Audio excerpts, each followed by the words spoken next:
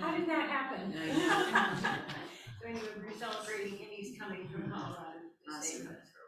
All right, well, so we are celebrating Patty's oldest son's birthday next week. And who else? Martha.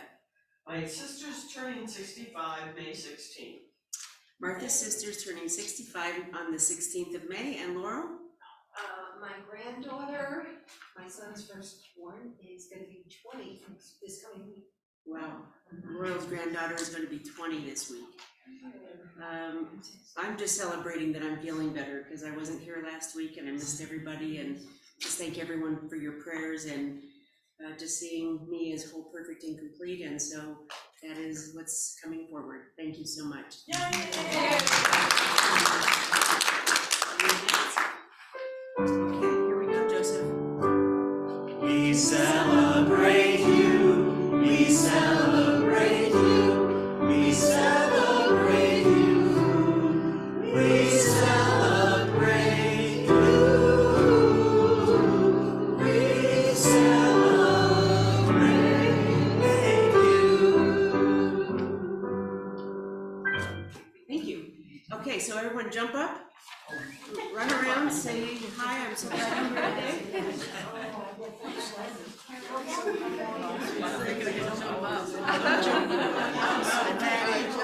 As long as that's what you're looking for.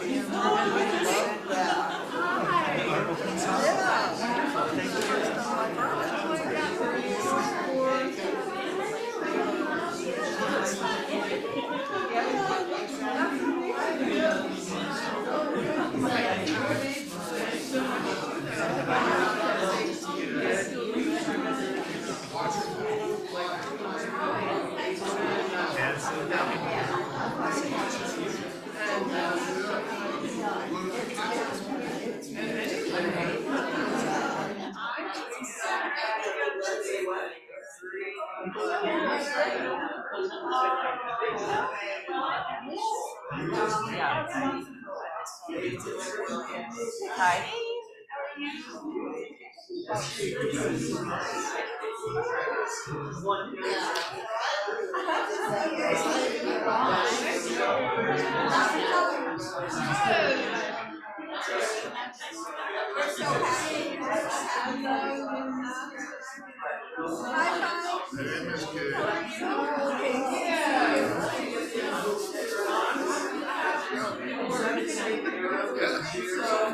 Oh no, you guys are just I'm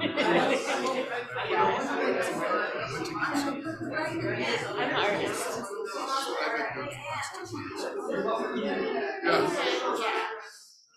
Way back. Yeah. Okay,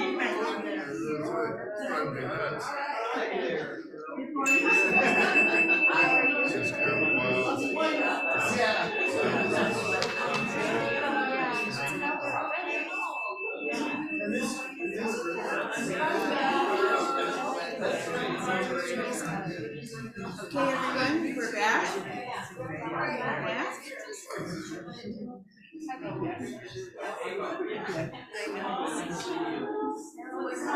Okay, everyone. We've got a couple of quick announcements, and that's that.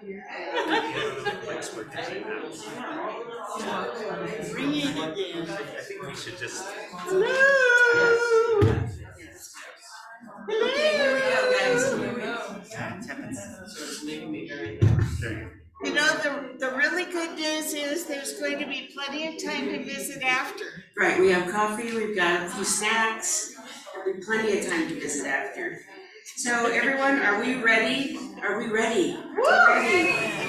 Today is our Good News annual meeting. Right after service, we're gonna get a little cup of coffee and a couple snacks and come back in, and the Board of Trustees will begin our meeting. It will be very efficient. We have a board member to vote on, and everyone is welcome and encouraged to stay. If you don't know if you're a member, Gay will, It's Laurel Laurel. and Linda. Laurel and Linda will have the list at the table, so just check in. We've got a little something for you as evidence that you are a member and you can vote. And if it's not too late to become a member if you don't know if you are, so see one of the board members today. if you are interested in joining. Practitioners on duty today, Bryn Travis in the house. And I know Patty's here, I'm here. Who else? That's I'm it. here. Ann's here, oh yeah, oh her. Ann's here for prayer, and Diana Lee Bartera on Zoom. So please, if there's something on your heart you'd like to be supported in, something great you'd like to celebrate and keep going, just let Bryn support you in that prayer. All right, next Sunday, Reverend Ann begins May with, "Please give me a sign." And our musical guest will be Yvette Trujillo. Please continue to add your suggestions to the blue box, which is on the table in the back, for our local nonprofit that will receive our next Share the Love community giving. And last but not least, next Sunday. Is everyone ready for that? Not let alone today. Pie Sunday. Pie Sunday. It's in honor of Pie Luna. Pie Sunday. We're gonna have pies. We're gonna have a lot of jewelry for sale. It's gonna be super fun. So bring your friends, tell your friends, pass the word around, and let's get everyone over here tomorrow, next Sunday at 12:30, and we'll just have a great fundraiser. I think that's it for me. Thank you, everyone.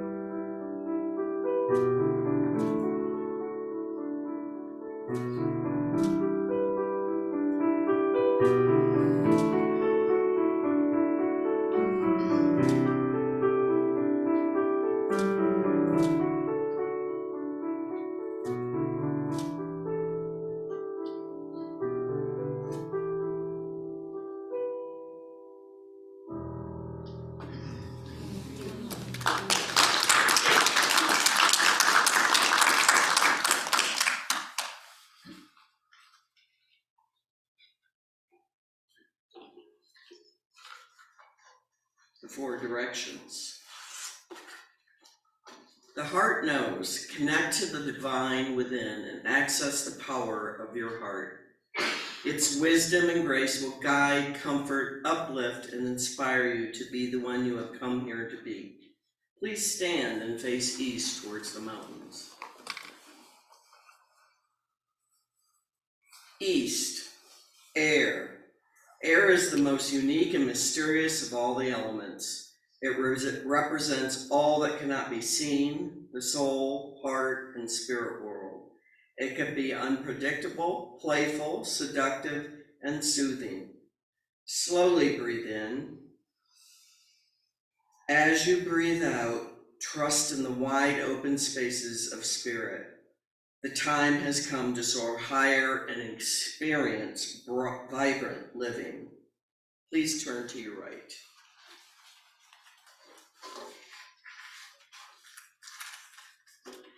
South, fire. Fire is considered a primary agent of change. Through its heat, fire purifies and transforms. The energy of fire is about self-expression in its alluring and widely brilliant dance of light. Step into the fire and live. Slowly breathe in. As you breathe out, let go of all limiting beliefs and step into the fiery spark of creation as you live out loud. Please turn to your right. West, water.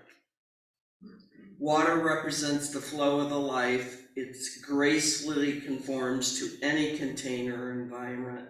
It is a powerful example of non-resistance. Be aware of the day-to-day currents and move freely with them. Slowly breathe in. As you breathe out, let go and give yourself completely to the wisdom and flow within. You are awake and in awe. Please turn to your right.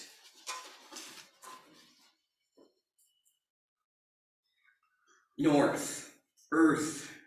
Earth energy is nurturing and grounding. A deep bond with the heart of Mother Earth is foundational for spiritual health because it gives each one a sense of purpose, invites us to be open and receptive, and reminds us of our interconnectedness with all life. Slowly breathe in. As you breathe out, take time to let go of the busyness of life and embrace the quiet by connecting with Mother Earth. Please turn and face the center aisle or your screen. Close your eyes, put your hands over your heart, and feel the presence of these elements within, honoring each as an element of spirit. Now open your eyes. Take a moment as you see with the eyes of God. Notice God looking back at you.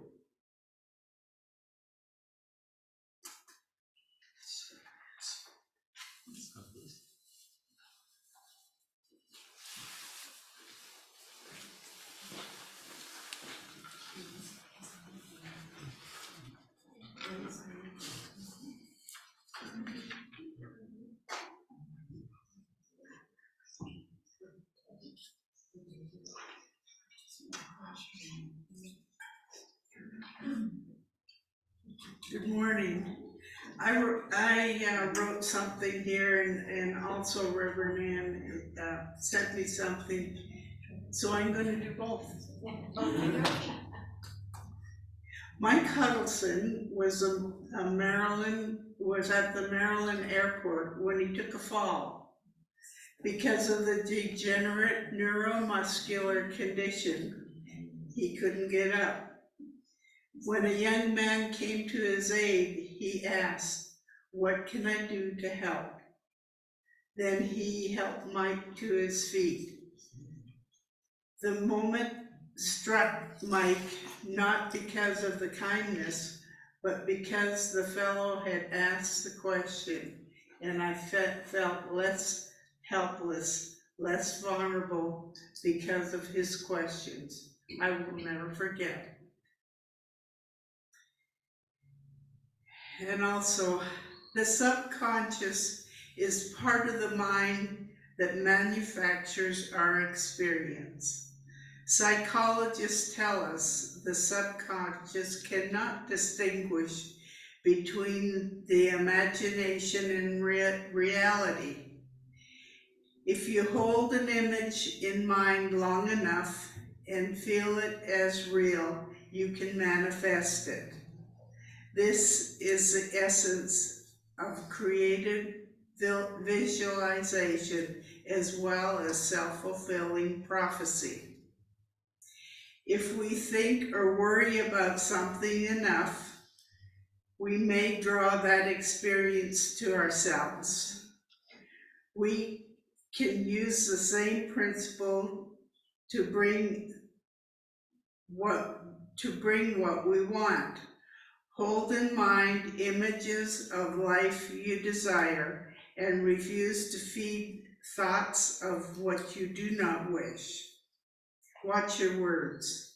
Be careful what you say to little children or the little child and adults.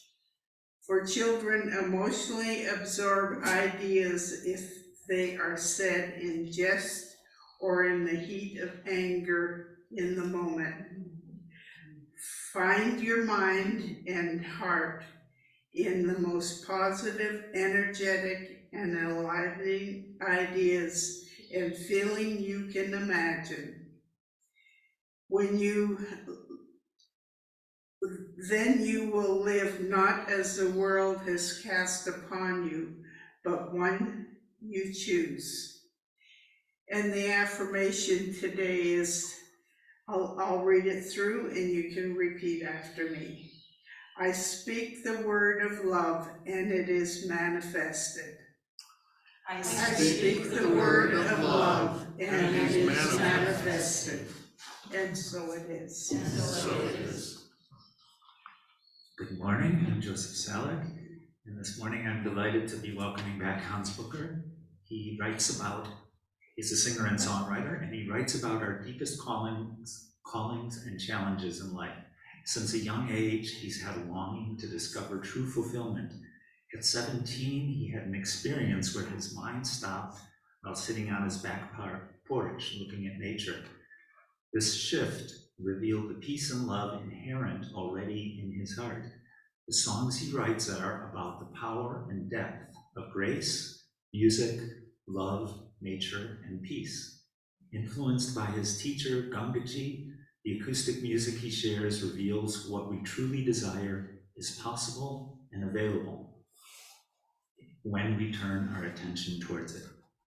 Please join me in welcoming Hans Bucher.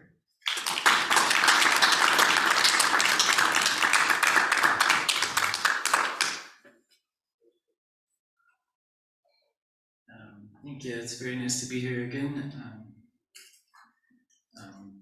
Happy and delighted to share some music with you. And this song is called Big Leap, and it's a song that came to me a couple of years ago, kind of with the changes going on in the world, and also just it's about taking a leap, kind of leaping into the heart. So that's what it's about. But.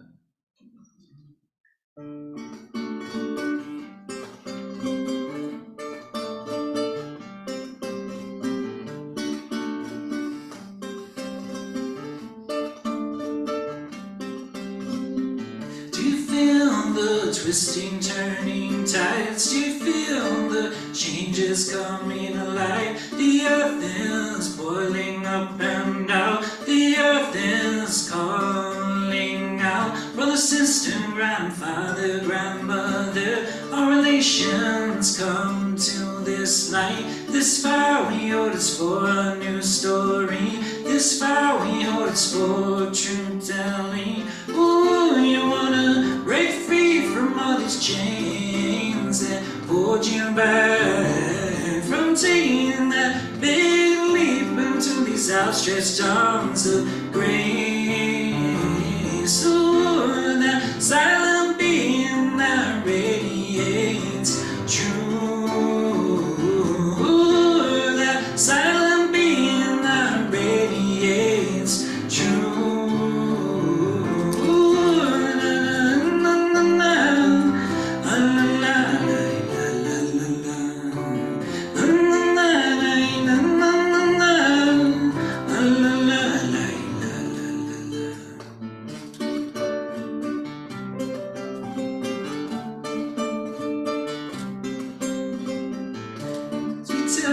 Story of life, we examine what is this fight against these shadows and frights. I just want to be loved, honored and held in grace, this loving embrace. Ooh, you wanna break free from all these chains that hold you back from taking that to these outstretched arms of grace.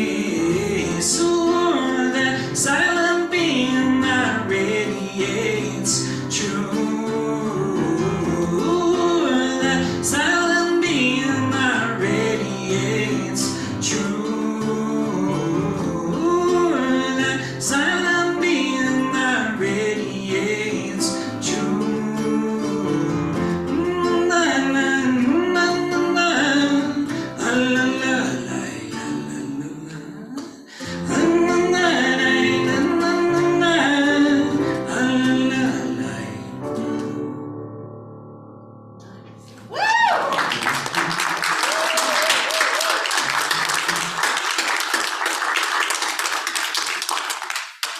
Thank you, Joseph. Beautiful. Beautiful, beautiful.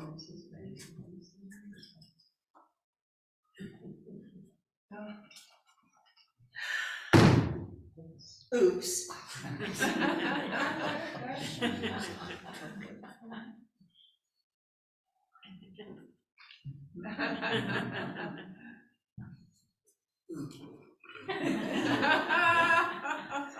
Good morning, every day. Woo!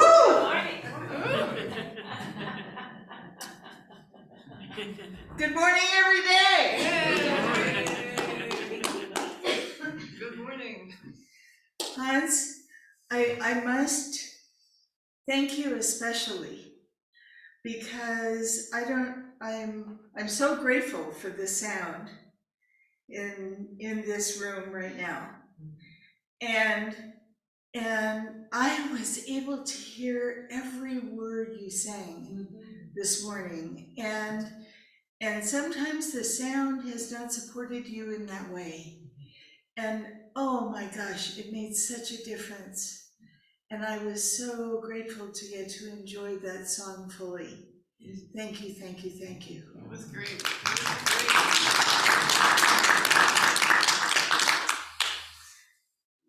Wowie zowie. Oh, and here comes Joseph, and now it's his turn.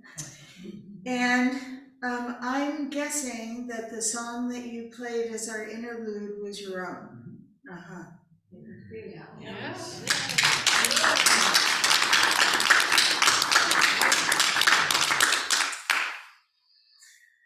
When it's something especially beautiful, it has this telltale signature that is Joseph.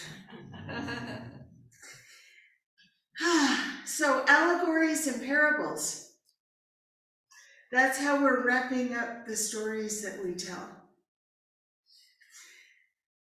So this isn't really a lesson in what makes them different, but they are. So I'll just let you know that, at least according to the research that I did, allegories have a hidden story, a hidden message, like the one that Bryn shared about the man who fell in the airport. And what he realized as he heard with the ears on his heart, as I would say, the young man's question. And he was able to take that in and feel less vulnerable and less afraid. Parables have I would say a sacred message. That the word that's used throughout every article I read is religious. I believe it's bigger than that. It's a sacred connotation. And so I'm not going to stand here, you might be relieved to know that I'm not going to stand here this morning and tell you a bunch of allegories and parables. I just think it's interesting to know that historically, and I'm talking about long ago history, that stories, allegories, parables were used to teach, they were used to uplift, they were used to enwizen, they were used for lots of different reasons and in lots of different ways. Now, some of the stories that we tell are,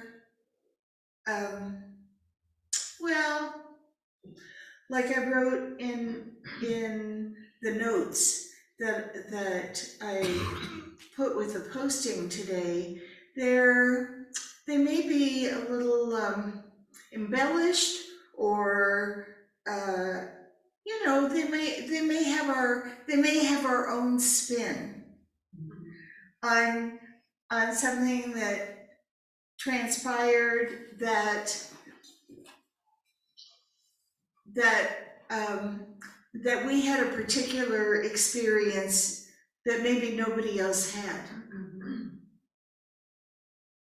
I'll give you an example. So this morning, Denise and I were driving here, and because it might, just flabbergast you that we don't walk when we come here.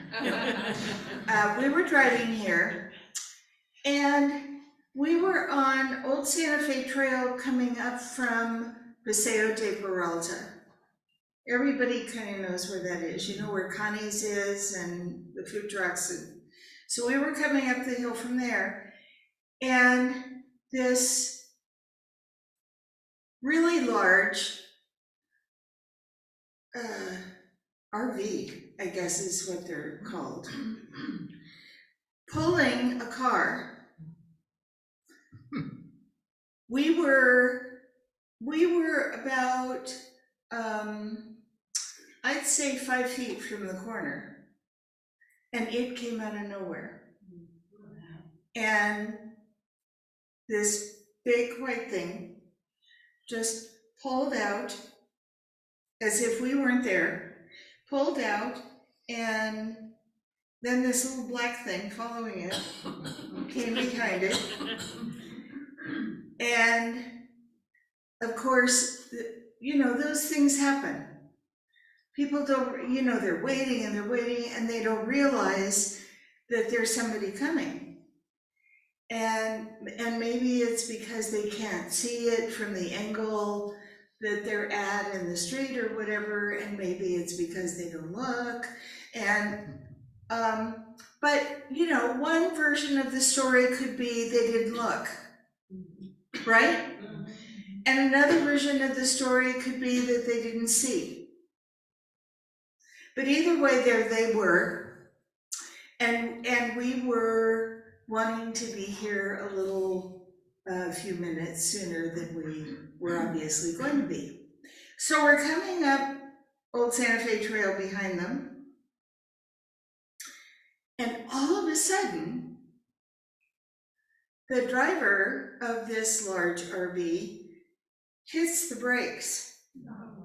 And I mean, really hits the brakes and leaves skid marks. You can go see them if you want.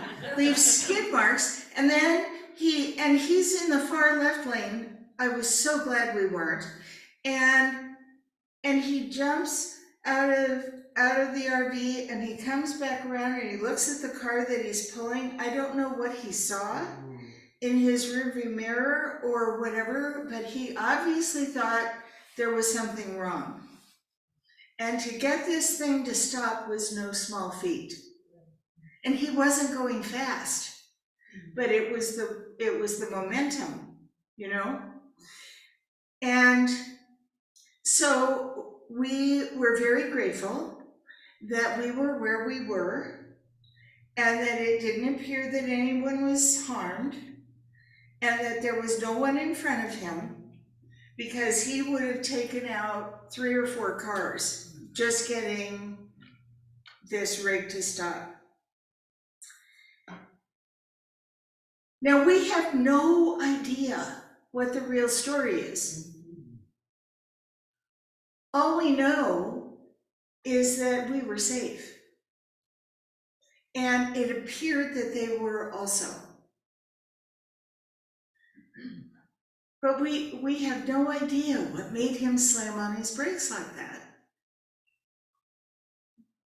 Now, I could make up 10 stories about that incident. Right here, just off the top of my head. And at least 90% of you would believe all of them. Because don't you know, I'm Reverend Ann Ray, and I'm the senior minister for the Everyday Center of Spiritual Living here in Santa Fe, New Mexico.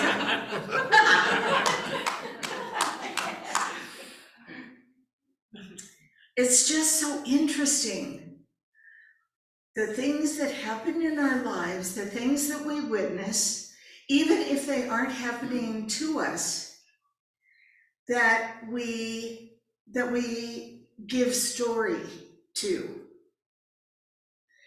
And when we give story to something, what are we doing? We're making it important, right? Now that was an important experience because we were both really alert and we were in our lane, which I talk about a lot as being the right place to be. We were in our lane and we were witness, but we didn't have an impact. We didn't have an affect from whatever was going on over there. What we did have was compassion. And so I just think it's of value. It's of enormous value to watch, to pay attention to that to which we give story. Because there are people, not anybody here, and not anybody we know, but we know people who are very happy to dramatize or exaggerate something that happens, either to them, around them, or they heard about it from somebody else. You know, if our conversations, if we just thought about our conversations as the game of telephone, do you all know what I mean by the game of telephone, where Matt tells Gay and Gay tells Patricia and Patricia tells the fabulous Pi, and Pi tells her husband, Hans, and then Hans tells, so, and there's no such thing as the same version. If we recorded it all, we would be laughing hysterically because there's no such thing as the same version. So why tell a story at all?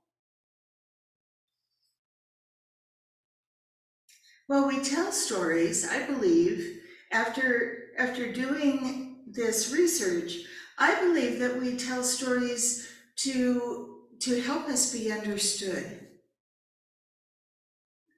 to make it easier for someone to relate to our experience. Now, some of our experiences that we tell stories about aren't so interesting. Not us. But we know people. You know, they aren't so interesting. And what's that about? Well, I believe that the person who's telling the story doesn't know that it's not so interesting. They really don't know. To them, it's interesting. And they're hoping that it will possibly make them more interesting to the person that they're telling it to. There are all these hidden layers that motivate our storytelling.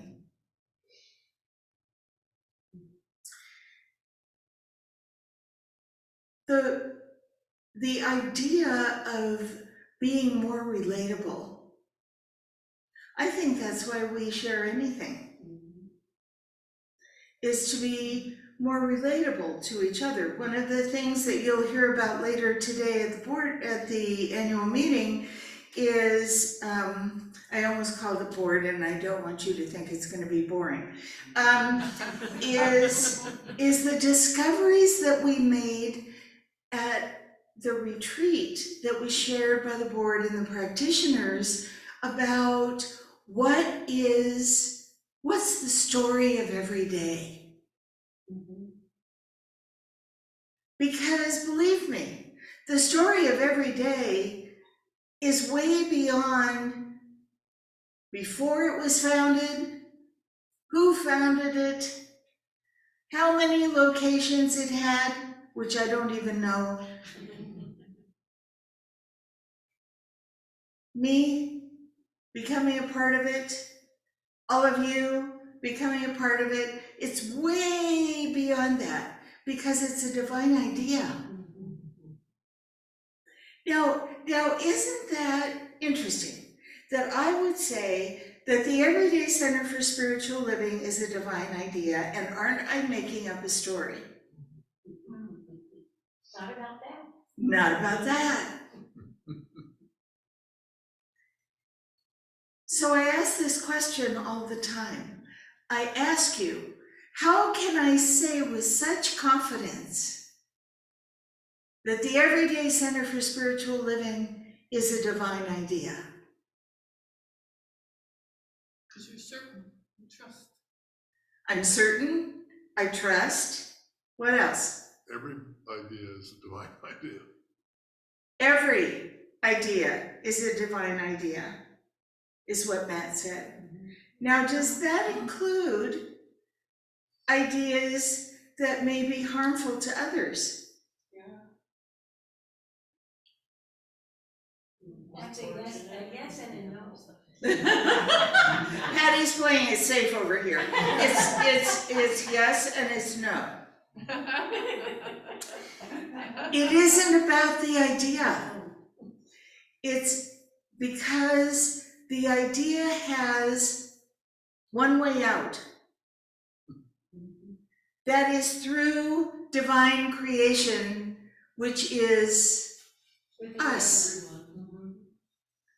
which is all creation. All creation. So when we look at ideas, when we look at actions, when we look at circumstances, when we look at people's situations that don't make any sense, well, first of all, I'm going to tell you they will never make any sense. And there's nothing wrong with you because you can't figure it out.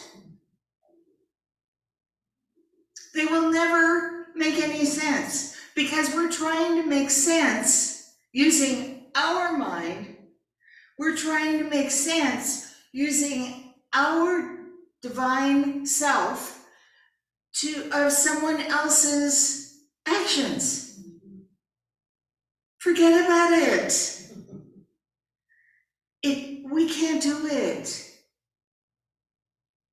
It'll never make any sense. And making sense of it is a huge waste of time anyway. It's like the question, how? Good luck. It's not about how. It's what can I do? What can I do? Who am I? And who do I want to be in this situation? How can I speak of these things and bring understanding and bring a real understanding of what our most important job is? Are you all waiting to know what our most important job is? Our most important job, actually, it's two things. One is to love each other. Period. End of discussion. Which means no matter what. The other is to look at all things with the eyes of loving kindness.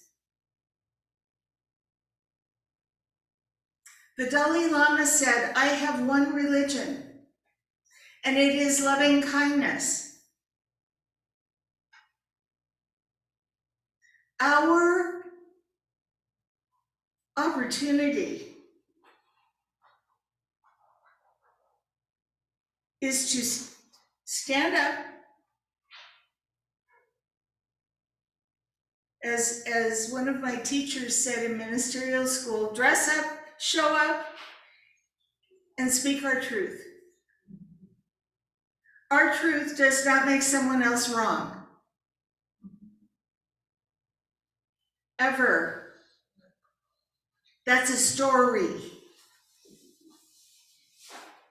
Using the truth to make someone else wrong is a story. It's not an allegory or a parable, it's bad spirituality. I think it was Stephen that gave that to me when I said something was BS.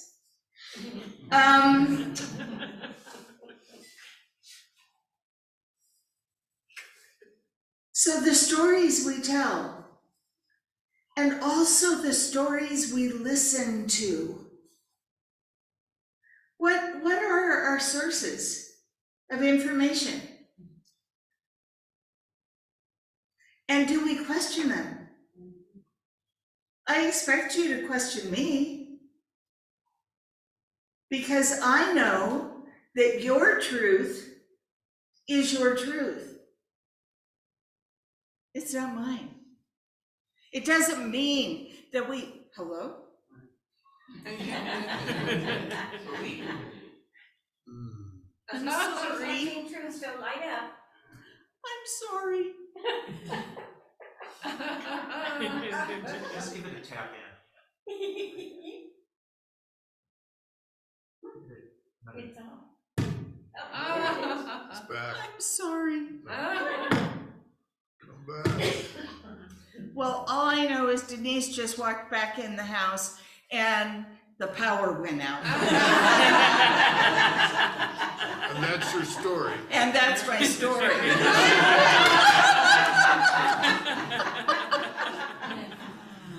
Wow. See what's going on? Well, No? how we doing? No. Anyway, where was I? Not an allegory, not a parable. Not a parable. It's just a story. And I encourage us to think about our stories. How are we using the stories we tell to give power to something that doesn't deserve it? Doesn't warrant it? Where what we really want is for someone to encourage us, to remind us of what we know. We use stories in addition to all of the great ways that I mentioned. We use stories to explain and excuse, neither of which are necessary. If we made a choice that we are now having second thoughts about, and we would have preferred to have done it differently, do it differently.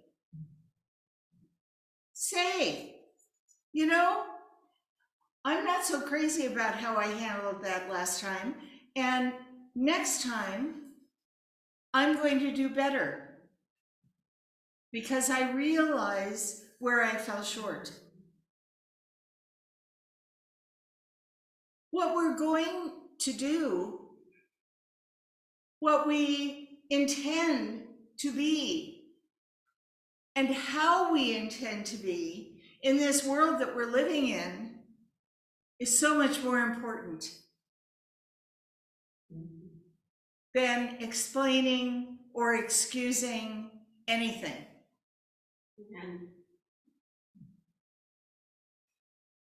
Now let's see if she made the power go back on. No. Anyway, all I can say is Denise just walked in the house and off it went. True. Should I leave? No. She caused a power surge. She did.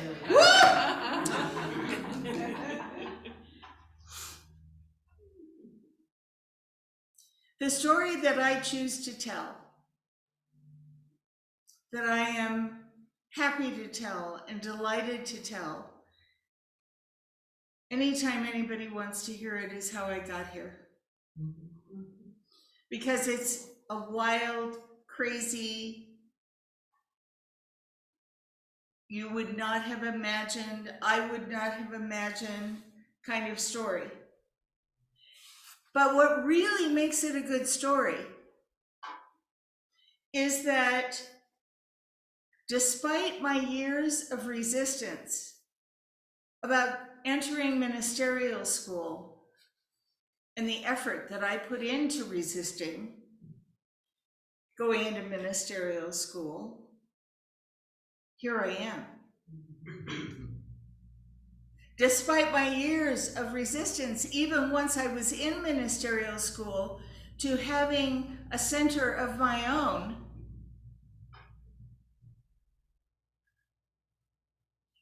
here I am. So what I know is that within me, there was a divine motivation. There was an impulse. It didn't care how often I said no. I actually, as I imagine it, it thought I was pretty funny. That I really, really believed that I was gonna walk away from all of this and none of this was gonna happen. Not the case. We all have that. That's the story to listen to, is our own inner wisdom that is calling us to take the next step. To say the next yes. To believe what our heart is telling us when it lights up.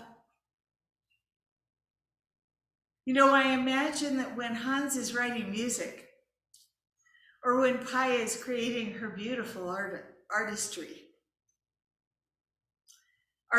both, the music and Pi's art, that there is the language of that impulse for each of them that shows up in the words, that shows up in the notes that go with the words, that shows up in these little bitty millions of pieces of paper that Pi puts together in these incredible images. We all have that. We all have that. And that's my story. And so it is. And so it is.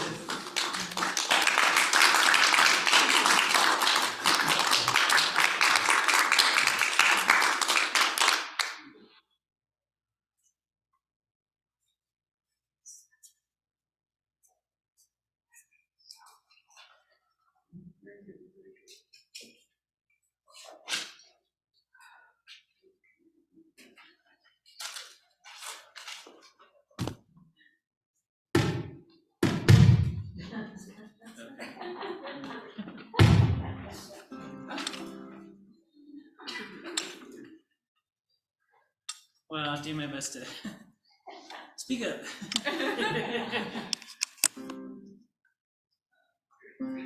This song is called Four Directions. So ever since I've heard you guys do Four Directions prayer, I'm like, oh, I should play this here. So yeah, I wrote this a number of years ago, and then we had a Four Directions theme at our wedding, so it was like perfect timing because I played the song at the wedding. So yeah, I'll do my best to. There you go. Come back. Woo. I just have that effect on it.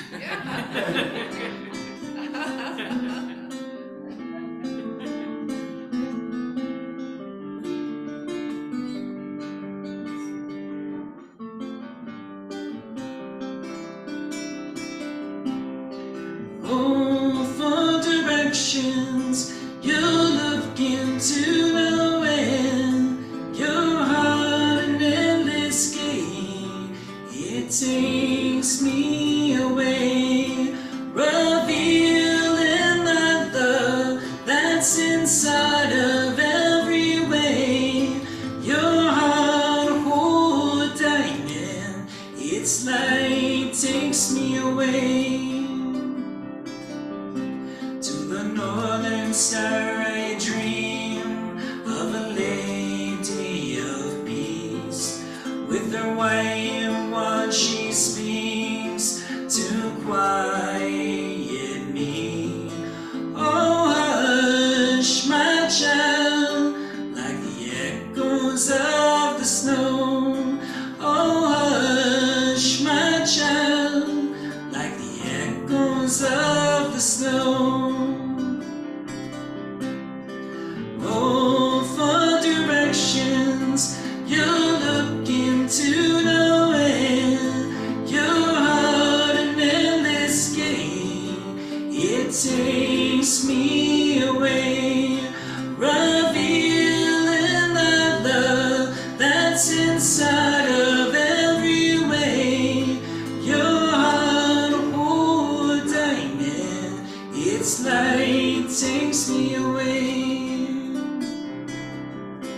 To the eastern star I pray, for the innocence of play. Let the jester joke all day, in the court of joyous praise. For laughter is a song which lightens the day. For laughter is a song which lightens the day. Oh, for directions, you look into the wind, your heart an endless game. It takes me away, revealing the love that's inside of every way. Your heart, a whole diamond, its light takes me away. To the southern star I pray, to let go of the chains that hold me to the pain of hiding from your rays. I offer my walls as kindling to your flame. I offer my walls as kindling to your flame. Oh, for directions, you look into the wind, your heart an endless game. It takes me away, revealing that love that's inside of every way. Your heart, a whole diamond, its light takes me away.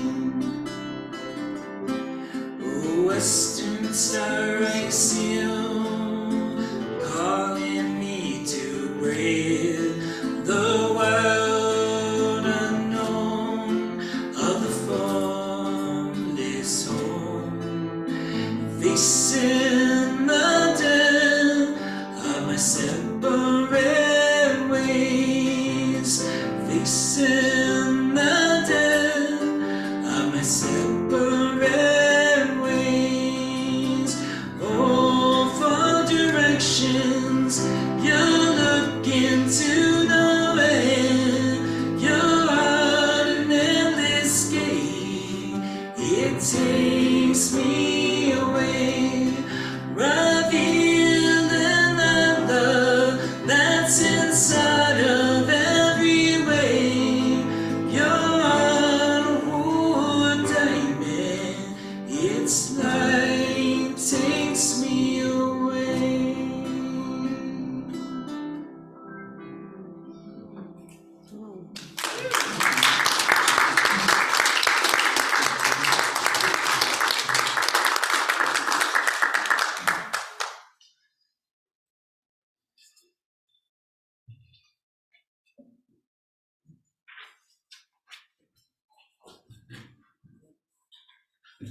are you called anyway?